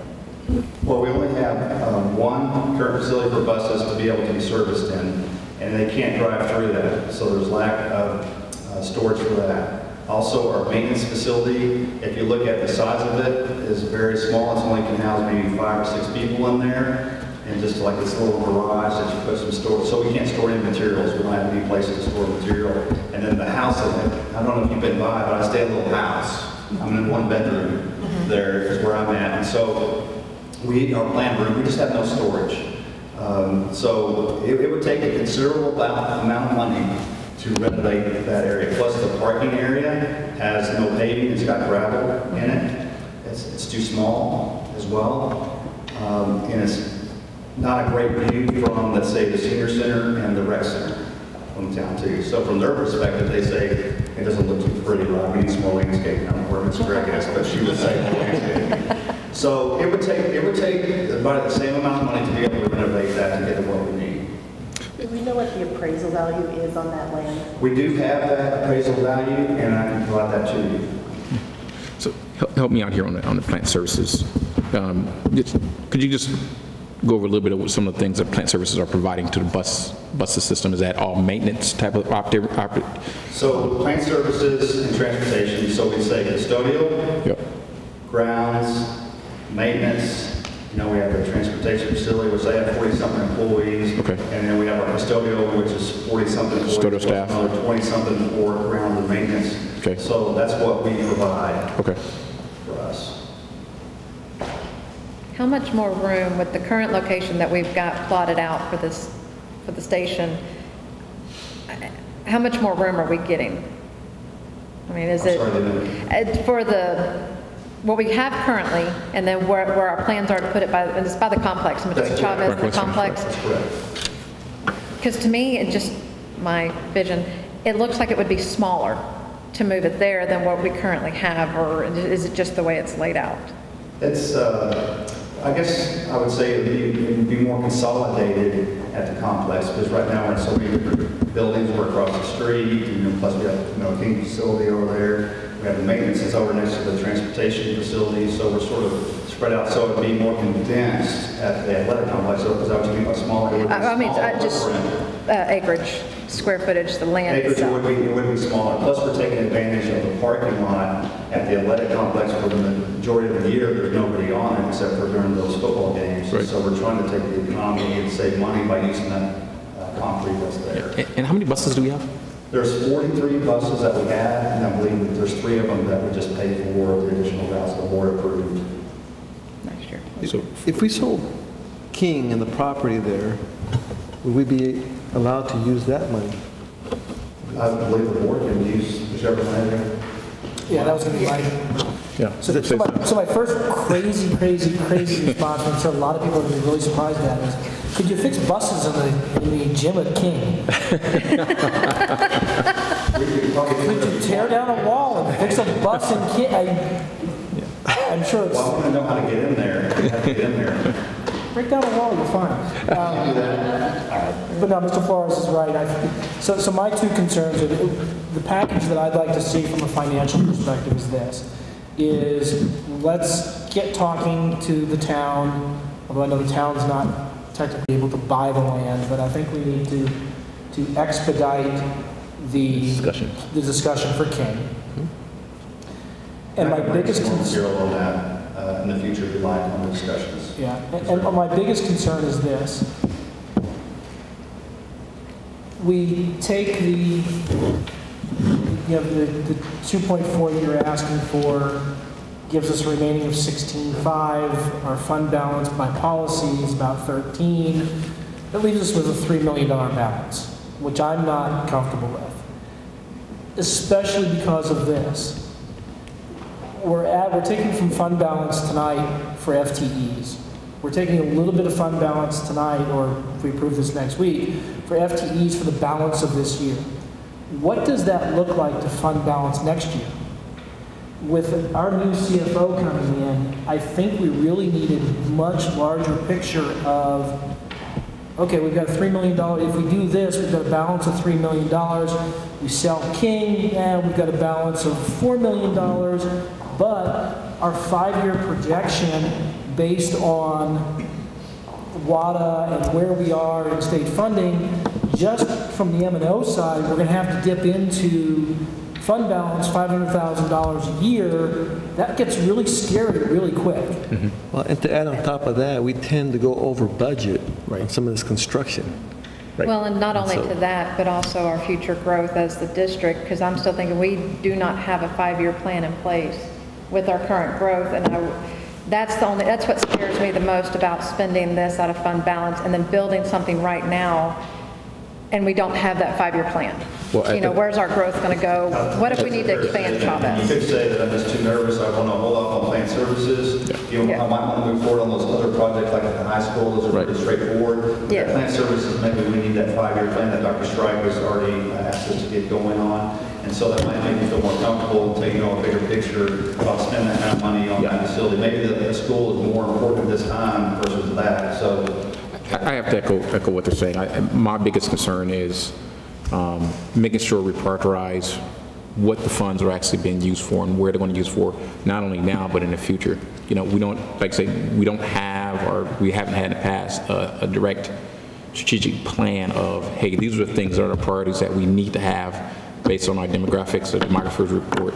This is an impact because, you know, the plan over the next 3 years, potentially for the school, high school in particular, and the middle school's property, we're pretty much busting at the seams at the middle school. So, you know, the question is do we put, you know, $2.4 million in the middle school, or do we put, you know, X number of dollars back into the high school, or split it, or whatever we decide to do with it. But I think that's going to be the critical path to figuring out what that looks like.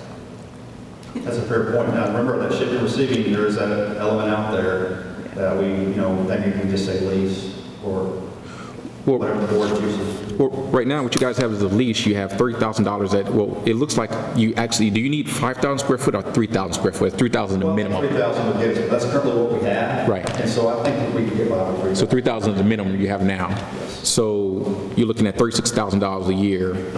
Take that out 10 years, that's $360,000. Yeah. Correct. That's $360,000 versus $700,000 today. That's correct. Yeah. So you potentially still cost savings. Years too, right. So. And maybe you go 3,500 square feet or four, just to fudge on the side. But that's still half of the $700,000 that would take now. Well, and can shipping and receiving stay at King for a time being until that? Shipping and receiving is at the high school currently. I know, but can it be moved to King? Just temporarily until. We could look into that. Just different options. I think we need to understand what our fund balance is, just to pay salaries and keep the lights on before we tackle this, because we have no idea what that looks like for the next 2, 3, 4, 5 years. That alone, aside from brick and mortar, could put us in a severe pinch. Sure. Yeah. Well, and I think not only that, you know, to Mr. English's point, it's just we've changed the high school 2, 3 different times. So it would be nice to get to a spot where we know what we're doing without making a change now that we're going to have to change again in 2 years. And you know, to be honest, I mean, you know, the high school is getting to or close to its capacity max. Middle school, of course, is busting out where it needs to be. Middle school, we're okay a little just because, you know, we opened the STEM, so. Right, it relieves some of that, some of that, but the demography report is kind of telling us things are going to be coming at us relatively fast in the next couple of years. Is it possible? That's all right. So, you know, even, you know, I was kind of looking at this, and with the classroom renovations, which I'm completely for, enlarge the lobby and reception area. The practice area, yes. The lobby and reception area, the question is, you know, could that funding be for another classroom or expansion of another classroom that adds additional space? Capacity to a school or renovation of an existing area. I know we got some concerns with the lunchrooms. So I would rather see the lunchroom expanded if we're going to expand on a window side or something like that to get more capacity in there, or an additional of 2 or 3 other school, you know, rooms, etc. Those type of things. One of the things also in the CFO discussion in the interview was his wanting to have also a 5-year financial projection that's put out there, and you couple that with a long-range facilities plan so that we're a lot clearer that I think, because much of this, and I'm kind of coming at the end of it, but it's that reactionary piece rather than looking forward. We're kind of day by day trying to make do. Right. We know the classrooms is an issue because we've got to move for student capacity, but in terms of some of those other things, I think from a level of coming to the board, letting that CFO get in there and take a look at projecting and forecasting 5 years worth of revenues, looking at what could potentially be bond capacity, then matching that up with our demographer and what our growth's going to look like and where our needs are, and then the board prioritizing where they want to spend what available dollars that are going to be there. I will also say that he is very conservative, now that we've recommended him, very conservative about not wanting to touch fund balance. He feels that that's a very important piece to protect in a time of so many unknowns and fast growth. So let me ask you, do you believe based on your experience in fast-growing districts like ours, it's 5 years, and they'll plan ours is a 10-year deal. 5, things change too much. Okay. And you can plan 10, but most from a financial, just because the financial side changes so much when we have the legislature meeting, depending on what happens with our TAVs and growth, that most of the CFOs that I've talked with will talk about 5 years. And even at 5 years, maybe take a look at 3 that you actually turn out hardcore and then give 2 more on top of that. One of the things he'll be able to do is put a template together and let the board come in and play with what would happen if these are projected revenues and we gave a raise, or we did this, or we did that. You go in and change numbers, and you can see what happens to your bottom line. Okay. But then again, it's all based on anticipated revenue and tax. Well, and also I think Mr. Begas and Ms. Flores said something. You know, we have the potential selling of the King property. We also have several other pieces of property around the district itself. You know, questions about land leases and things of those sort, to potentially bring in additional revenue to offset some of the things we're doing. So, you know, if we can generate $300,000 to $400,000 in offset on additional property out there that we're in our projection, basically is not being used. It's just kind of land just sitting there, and it's in a marketable location that we potentially could use. Then potentially having some option there. Can you, next week when we set these up, can you break them out individually so that they're separate instead of combined motions, or a combined motion? I've got different questions on each one, and So we'll present each one as a separate item with a motion. We can do that, and then we also try to break it down for you because we knew that you probably might pick and choose, and so hopefully you can see in the back of the material that you can see the cost for each of those. right. When you get combined, though, the architect's fees probably will come down a little bit just because of the economy of scope. Their fee might come down, but we can do that for you. Okay, thank Can you. you also maybe add in what that land value looks like, either for King and for where We can plans get crazy out of here probably. Okay. We might want to do that I might recoup it. close possibly. Dr. Strike, something like that. And in addition to that, the TERS value that could come off of that, I'm sure the town The has. town has that information. But I'd like to see how long that's projected Sure. to take. You know, if it takes the town a year to build or whatever. Certain phases that are already started, so that might be 10 years down the road. Yeah. I'm gonna add one little small thing on top of that, and you can just send me an email or whatever the case is. I just want to understand what land we own in the district.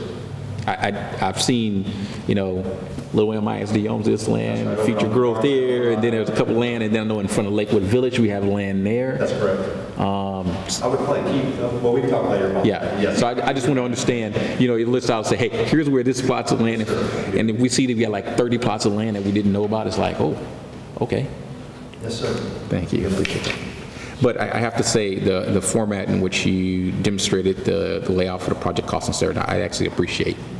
This format is really nice, kind of clear and concise, and just kind of breaks down the costs associated with it, so thank you, David. I think Mr. Reed's objective is trying to lay it out there and then let you start to dissect it. Yeah. And knowing you can come back, at least you had it laid out to say, here it is. Yeah, I really like the way it's kind of laid out.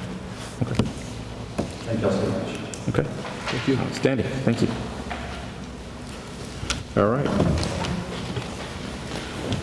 All right, discuss resolution. I'm sorry, is there any other discussion by the board? Okay. I was expecting harder questions from you two. Well, he answered most of them. He really did.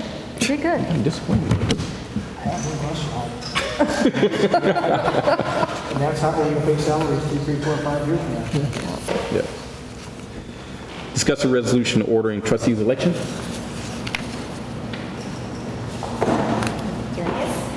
It's that time of the year.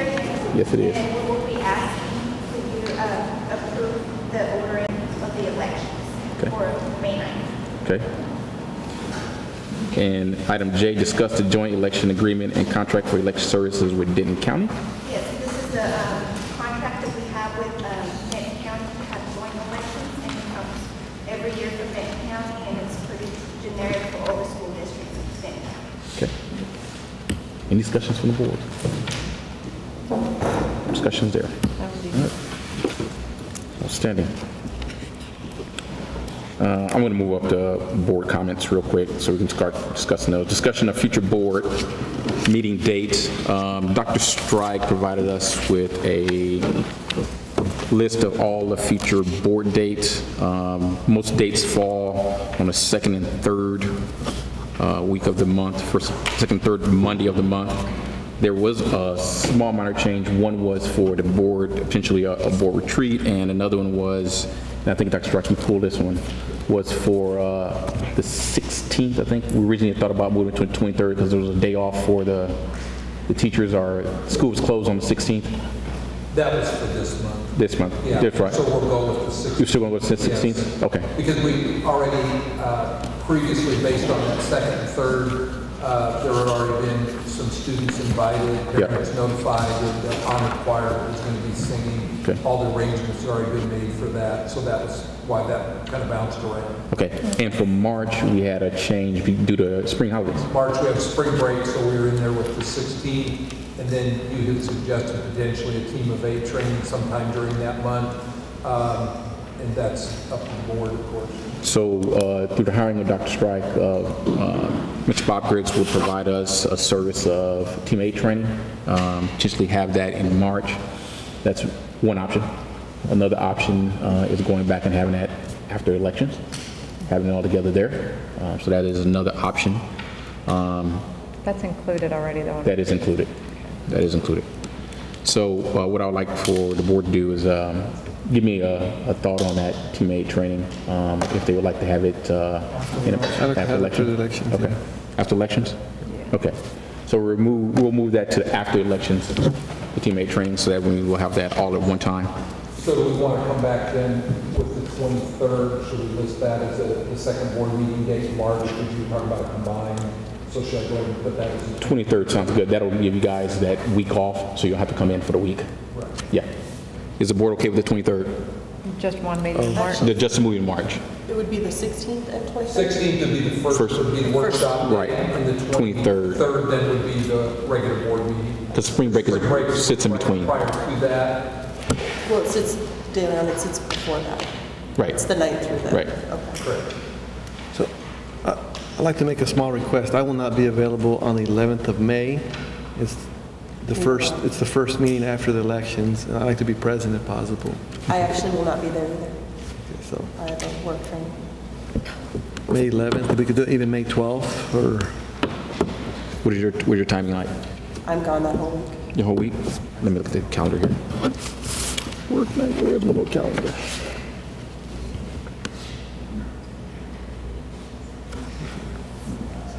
Thank you. I'll still have to be here the second. The following Monday on the 18th. They'll still need to be here then. So you won't be here the 11th? The week of 11th through the 15th? 11th through the 15th. And we could always move it up a week. Move it up to the 4th. Well, They did that last year. Well, the election is May 10th. Right. So the first one is 11th and 18th, so you have to move back to the 18th and 25th.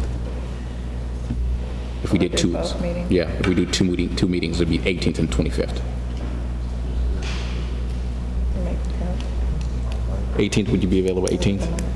Yes. 18th, you good on 18th? 18th, 25th? 11th is the only day I can't. Okay. Elections Memorial Day is that next following Monday? is 18th? No, the 25th. 25th. 25th is Memorial Day. So it needs to be the 4th and the 11th, or? 4th and 18th. Or 4th the and 18th, 18th. yeah, sorry. It could be the 26th on a Tuesday. Let's keep it at Monday. This is 4th and 18th. 4th and 18th, potentially the dates that we have for May. For May? Yeah. That work? We want to keep 2 meetings. You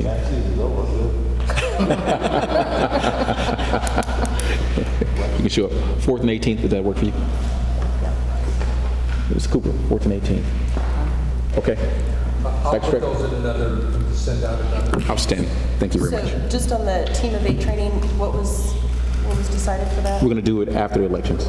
Okay. We didn't come up with a date yet, but we will do it after the elections. Is there any progress on the board procedures, and is that going to be part Yeah, of the let me. Team of 8? Actually, it'll be beforehand. we'll have that beforehand. Yeah. We actually would like to get those done here the next month. Okay. Sooner rather than later. Okay.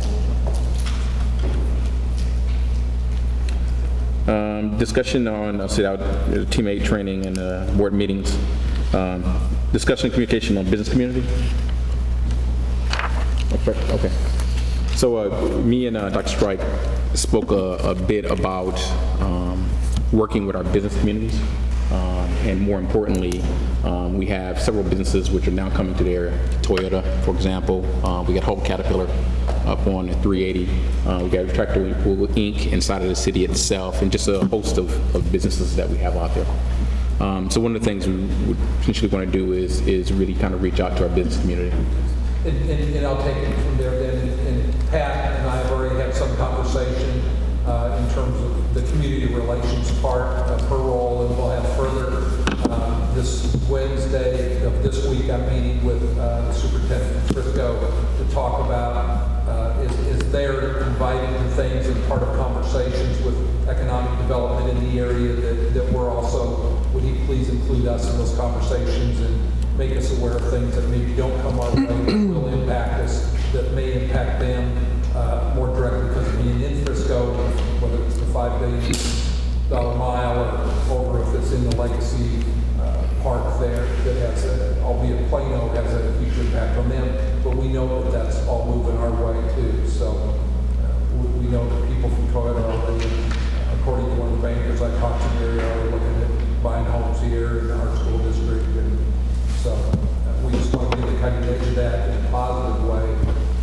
And then we'll come back later, as indicated in the Friday update, with conversation about partnerships and things that are already established that the board may not actually be aware of, that we'll have a report on that, and then build a program through our community relations department down the road. Great. All right. Only other comment I had is just as awareness for the board, the key communicators will be on February 12th at 6:30. So that'll be in the Zellers if those who are interested to come in. February 12th, 6:30, Zellers. All right. Moving on. Item 11, requested agenda items. Any requested agenda items by board? Mrs. Myers. No, she had one. Yeah. Requested agenda items. Future. I don't know why it's in there, but we missed it. Requested in future. Thank you. Which also we talked about looking at the format that's a little cleaner for you all to read, as well as a flow that will clean some of that up that I think you'll be happy with. Of course, we'll present it to make sure you're happy with it, but I think you'll like the flow of it a little bit better if possible. Oh, that was it. Oh, that. I know some of you've made the request of it. I'm sorry, yeah, that was a request to look at the way the agenda was set up. All right. Ah, okay. Yeah, but he put that in there, in the board book. All right, future agenda items. There was a policy that we were looking at with the way the district, I don't want to do it for our next Monday, but definitely for next month. Okay. And Ms. Myers had brought it up before. Policy for... GDK local. Thank you, GDK local. GDK? GKD local? Yes. Yep. Facility use? What's the name of that one? Facility use for a nonprofit, I think, something like that. Okay. I can't remember the exact name. Facility use in general. Yeah. And Okay. then we'll look at the nonprofit. Okay. Right, yes. If it's okay with the board, we'll work through that administratively, and then you can come and make some recommendations to the board presentation, let you work with that if that's acceptable. Okay. And also, if you continue to review that, I thought it wasn't CH local. Chapter 21, we have some specific language in there. 21. Yeah, we have specific language in the local policy that's specific to only 2 positions inside of the, yeah. What look at by I think there was only okay, this is the superintendent of finance and the director of information technology. As far as we have floor is good.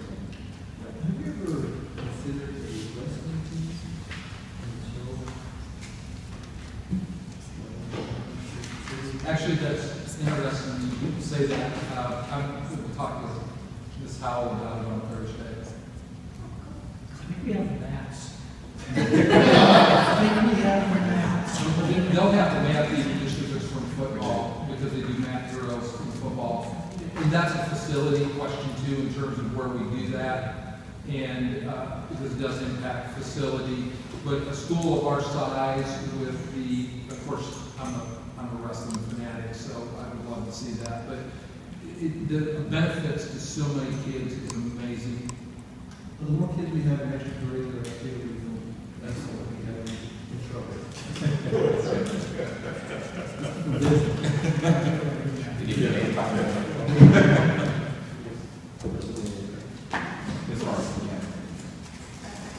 I was just reiterating this morning because I was really looking at that. Cool. Board goals. That needs to happen soon. Please.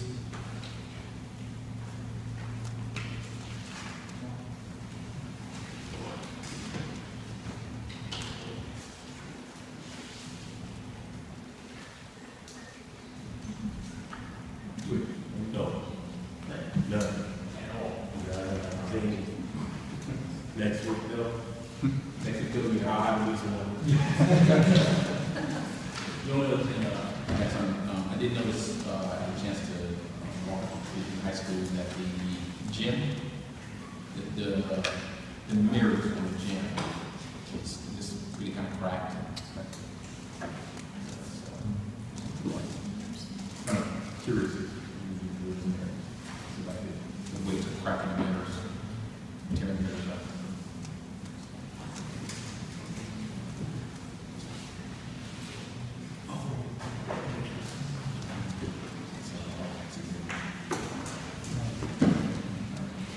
Okay, if there's no other items.